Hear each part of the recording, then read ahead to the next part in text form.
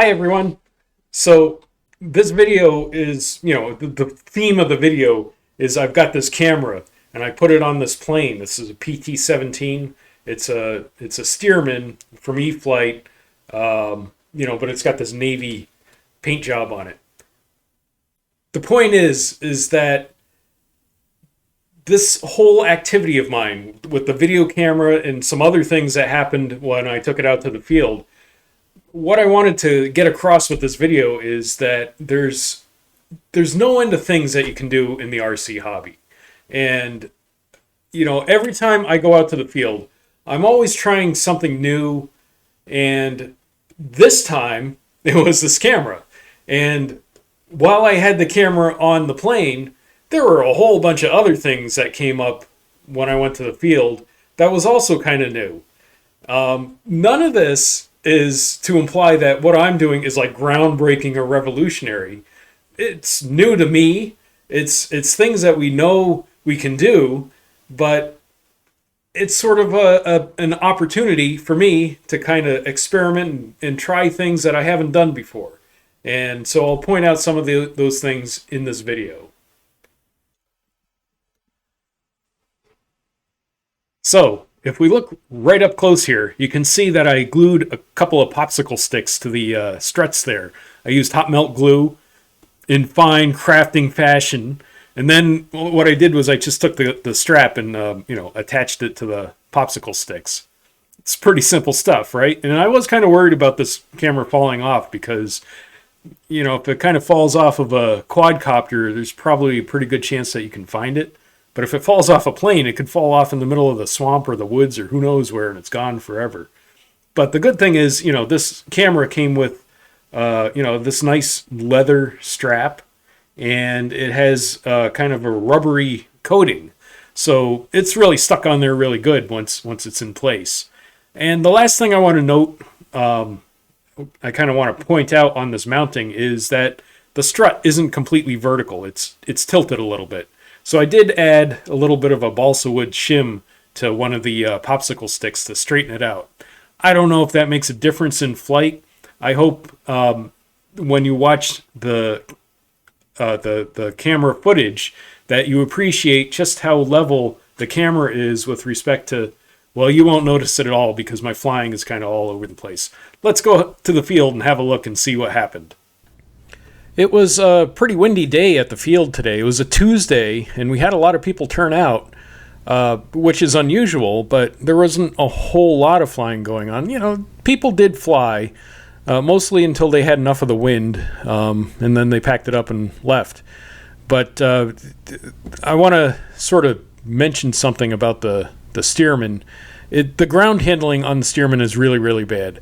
And what I've found is the best way to take off is to just, aim it across the runway, nail the throttle, and get off the ground as fast as possible.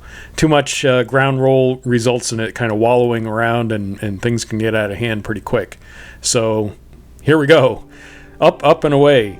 So I'm pretty pleased with how this camera is working. One thing I didn't mention when I was pointing out how it was mounted is I had it mounted so it was pointing down just ever so slightly. Basically, when the plane is sitting level or is sitting flat on the ground, I put the camera on so it's level. And then when the plane is in flight, the tail comes up a little bit, so that makes the camera point down a little bit. And I think that's important because as nice as the sky is, and right here we get to see, the nice bright sun, all those clouds, it's really beautiful. But the ground is really the only interesting thing to be looking at. So I think that angling helped out a lot. I think, there's something else I want to mention about this whole experiment, is that this is phase one of a larger goal. What I want to do is I want to mount an FPV camera on this plane and fly it FPV. Again, this is not some groundbreaking thing. People have done it all the time. I've never done it. And I'm kind of concerned about how exactly do you land a plane when you're in first-person view. So these flights that I was taking today, Yeah, hold on to your hats if you're prone to motion sickness. You just look away and listen to my voice, but that can be boring too. What I really wanted to talk about though is that when it's time to do the FPV video, I would very much like to see what a normal approach would look like and how the field looks like from the sky, so that I know that I'm in bounds. So these videos have, definitely satisfied that need that I have. So here's kind of the standard approach. You kind of aim right at the end of the field, line up on the runway, and it's pretty darn steep when you're coming in like this. I love it when you can see the shadow of the plane like that. That's really neat. So I was trying to do some touch and goes on this first flight, but like I said, it was really windy, and I was very nervous about getting close to the ground because I didn't want to damage the plane on the first flight, and plus I didn't want to flop it over right in front of everybody. So I did many passes of trying to line up for a touch and go and gradually working my way down. I think on this flight, when I finally did the touch and go, it was more of a slam and bounce back up into the air. But overall, the first flight was a very good success, and I think I learned everything I wanted to. I did cut it kind of short on this flight because I was pretty excited to see, how well the video had turned out. The other thing I wanted to mention, and this wasn't somebody else, I think it was Paul Lockwood that noticed this, but when you're flying the plane around from the ground, third-person view, the plane seems to be, really lazily flying around, and everything's very gentle and peaceful and relaxing. When you've got the video camera going like this, it really drives home that we're constantly turning the plane around. We run out of sky very, very quickly. We don't fly point to point like you would do with a real airplane. It's just flying around in circles the whole time. Maybe figure eights, but overall, it's pretty frantic flying around like this. And I've also noticed from looking at all this footage that I took that I've always felt that I'm a very smooth flyer, but you can kind of see how I'm like tweaking, a little bit left and right the bank, with the ailerons. It's not always as smooth as I feel it is from the ground. So that was kind of interesting. I'm kind of curious and looking forward to seeing when I do get the FPV going, if that affects my flying at all. So I think we do one more go around here, and we'll bring it in for a landing. And so this flight was overall a really good success, and I think there was a lot to see from the air here. And there's even more to see on the next flight. So as soon as we land here, I'll bring that one up.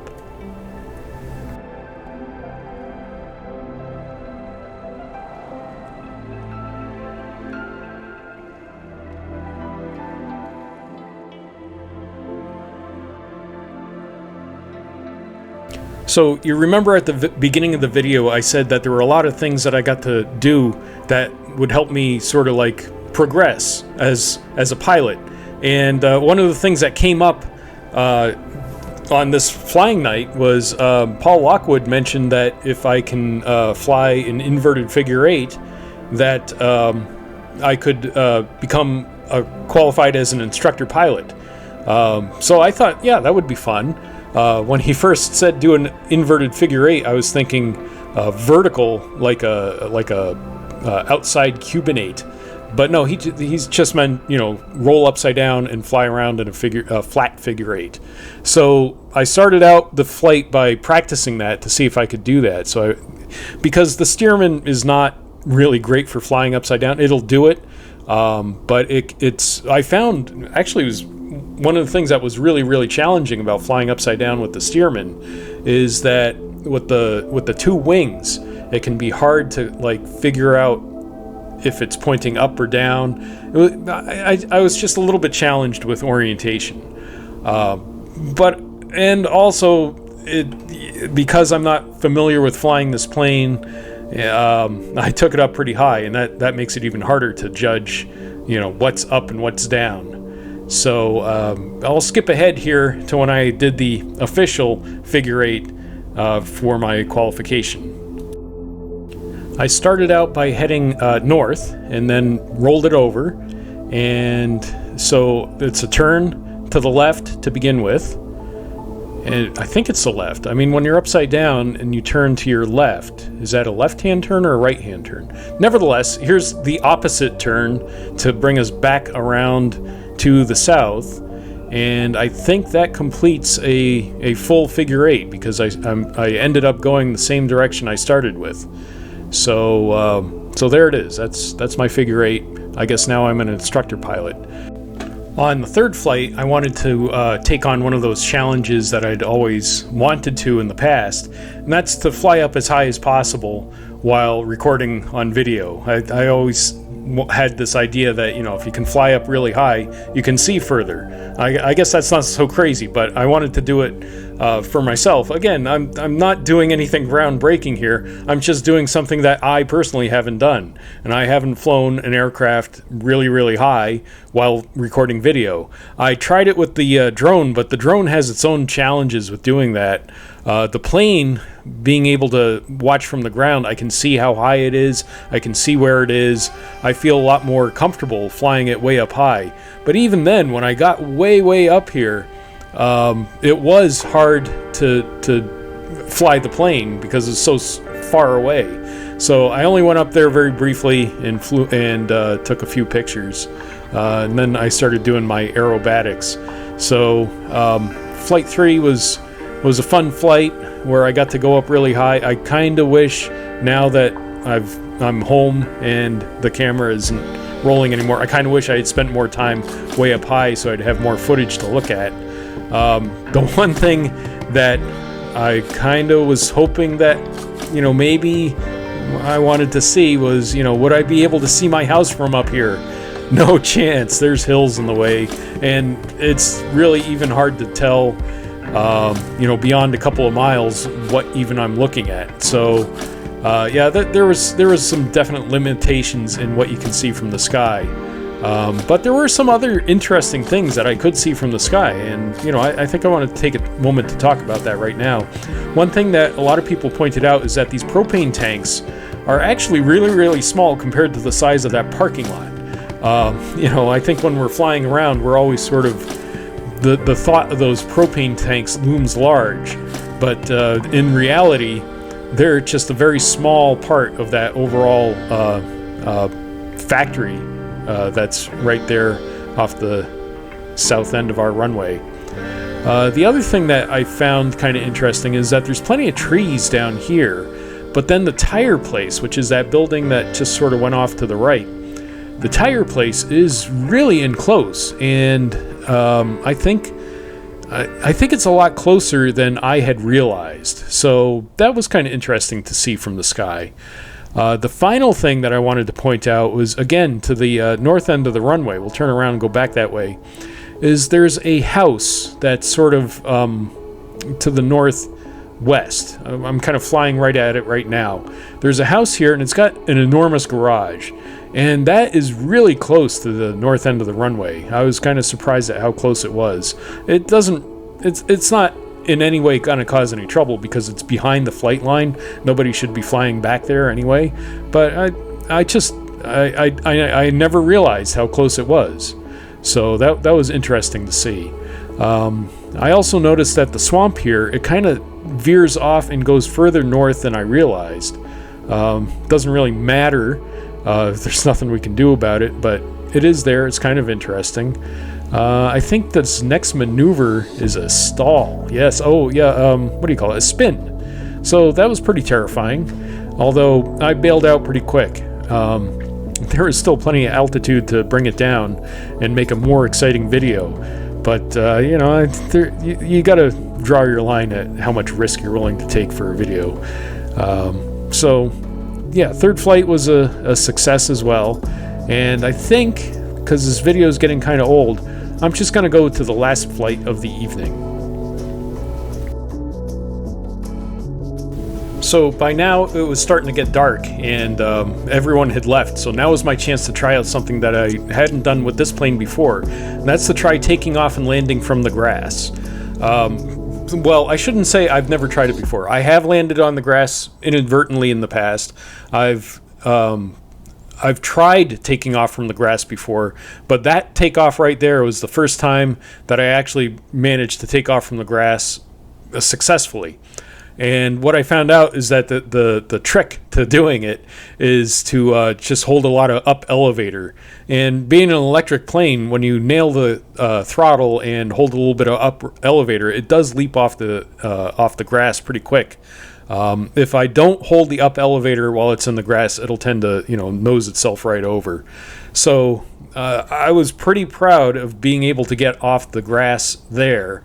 And I think the key to being able to pull off that feat was the fact that everybody had left. So I was free to experiment with this sort of thing, and not have to worry about people, like pointing and laughing at me. So spurred on by the success of that takeoff, it was time to do a whole bunch of touch and goes in the grass. And I'd been doing touch and goes all evening long. This is the 6th flight of the evening. We only watched like the first 3. Most of them were touch and goes, and they weren't all successful. You can see, just went right over that time. But again, it's the whole point of doing this sort of thing, is to grow as a pilot. So taking off and landing from the grass, it was sort of a challenge. I mean, because this plane, like I said, it doesn't handle well on the ground. The front, the main gear are a little bit too close to the center of gravity, and it does want to nose itself over. However, it can be done, and by sort of sticking with it and like just doing it over and over and over again, I was really getting good at it by the end of this by the end of the evening. So. Well, by the time I had packed everything up and was heading home, I felt really good about the evening overall, because I had achieved a lot of things, like being able to take off and land from the grass. Now I feel really confident that I can take off and land from the grass in front of everybody, and in fact I might do it more often with this plane. It has gigantic tires, so it kind of like begs to take off of the grass. And I think, well, our runway was really bumpy for a while. The fabric runway, we've rolled it out. It's a lot smoother than it was. But it is, there's something about landing in the grass that's really satisfying to me. I don't know, maybe it's because when I learned how to fly, it was off of an only grass field. And so grass seemed to be, it was how I remember good landings in the grass. They just seem a lot more, I don't know, gentle, maybe. In this case, I had to roll the whole plane to a stop because the bugs are starting to attack me. We had sprayed the field with bug spray, but down this end of the field, there were just a lot of bugs attacking me.